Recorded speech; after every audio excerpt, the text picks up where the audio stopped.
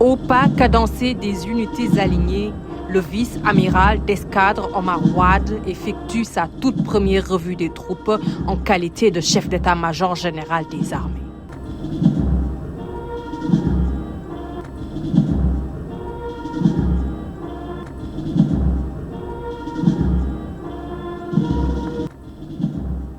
Puis, élevé à la dignité de l'Ordre national du Lion, il a ensuite reçu le drapeau des armées des mains du ministre des Forces armées. Après ce moment solennel, le vice-amiral d'escadre Omar Wade procède à la lecture de l'ordre du jour numéro 1, marquant sa prise de commandement. Structuré autour de plusieurs axes stratégiques, ce document place en priorité la finalisation du format 2025 et l'engagement du plan de consolidation 25-29.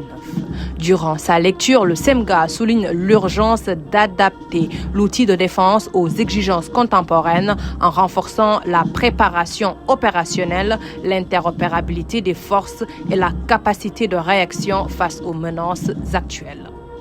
La première priorité est de parachever le format 2025 et préparer l'horizon 2035. Actuellement, les armées se situent à une période charnière de fin de cycle de renforcement capacitaire avec la finalisation du format 2025 et d'amorce du plan de consolidation 2025-2029 visant à combler certains déficits. Cela implique de combler les gaps capacitaires restants, d'adapter l'organisation des échelons d'emploi et les structures de commandement opérationnel et organique aux exigences des conflits contemporains.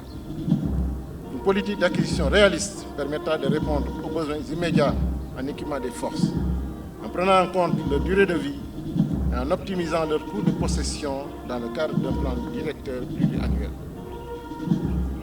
La deuxième priorité vise à renforcer notre posture sécuritaire orientale. Face à l'instabilité persistante au Sahel et ses répercussions directes sur notre sécurité nationale, la densification du maillage sécuritaire dans la zone de responsabilité orientale constituera un axe prioritaire de notre dispositif militaire. Au cœur des priorités du vice-amiral d'escadre Omar Wade figure en bonne place une ressource humaine de qualité. Il prévoit la reconversion et la spécialisation des militaires avec de nouvelles écoles et centres, cyberopérateurs, analystes IA, techniciens drones, entre autres spécialités. Pour lui, une armée forte passe par des hommes et des femmes formés et adaptés aux défis actuels. Ma troisième priorité consistera à adapter la politique des ressources humaines. Il s'agit du chantier organique principal, avec une vision globale du parcours professionnel du militaire sénégalais, allant du recrutement à la reconversion.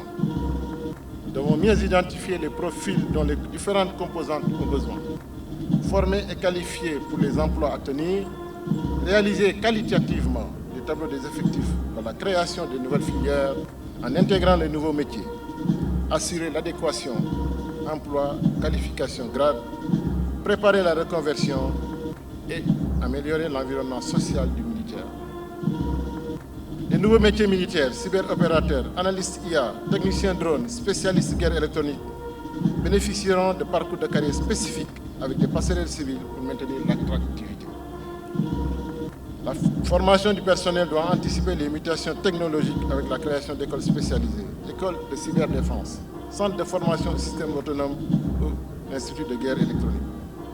J'accorderai une attention particulière aux centres, écoles, instituts de formation et d'enseignement qui devront constituer un ensemble adapté, cohérent, avec un encadrement suffisant et de grande qualité. Parmi les autres points stratégiques notés dans l'ordre du jour numéro 1 du SEMGA figure aussi la logistique. Cette démarche vise à optimiser la disponibilité des équipements, sécuriser les approvisionnements et améliorer la réactivité des forces sur tous les théâtres d'opération. L'efficacité des trois armées doit reposer sur un soutien constant, adapté et délivré au plus près. À cet effet, les services pourvoyeurs doivent disposer de capacités à la hauteur de nos objectifs opérationnels, afin d'éviter un grand décalage entre les différentes composantes des armées. Il convient donc de densifier l'architecture de nos structures logistiques et de se rapprocher des zones d'effort des armées. Enfin, pour que cette logistique soit performante, il faut en amont une bonne culture de maintien en conditions opérationnelles, et de gestion qui doit permettre d'avoir des stocks pour alimenter, soigner, bouger, recompléter. Bref, assurer les flux. Parallèlement, la maîtrise de tout le processus de délivrance de la logistique opérationnelle implique de s'affranchir progressivement des dépendances et d'accélérer la mise sur orbite de l'ambition légitime de se doter d'une industrie de défense autonome conformément aux orientations politiques.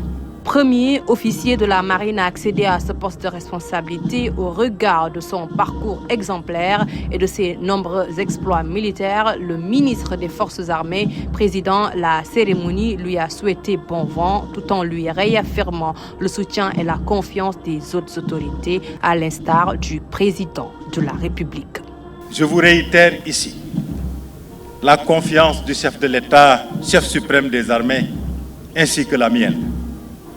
Et vous souhaite plein succès dans votre commandement afin que vous mainteniez nos armées sur les chemins de l'honneur et du devoir au service de notre cher pays, le Sénégal. Bon vent, amiral, on nous tue, on ne nous déshonore pas. Le vice-amiral d'escadre Omar Wade prend ainsi officiellement le commandement des forces armées sénégalaises. Ainsi, il réaffirme sa volonté de faire fonctionner efficacement les forces armées, d'améliorer les conditions des militaires et d'assurer la coordination et la responsabilité de tous.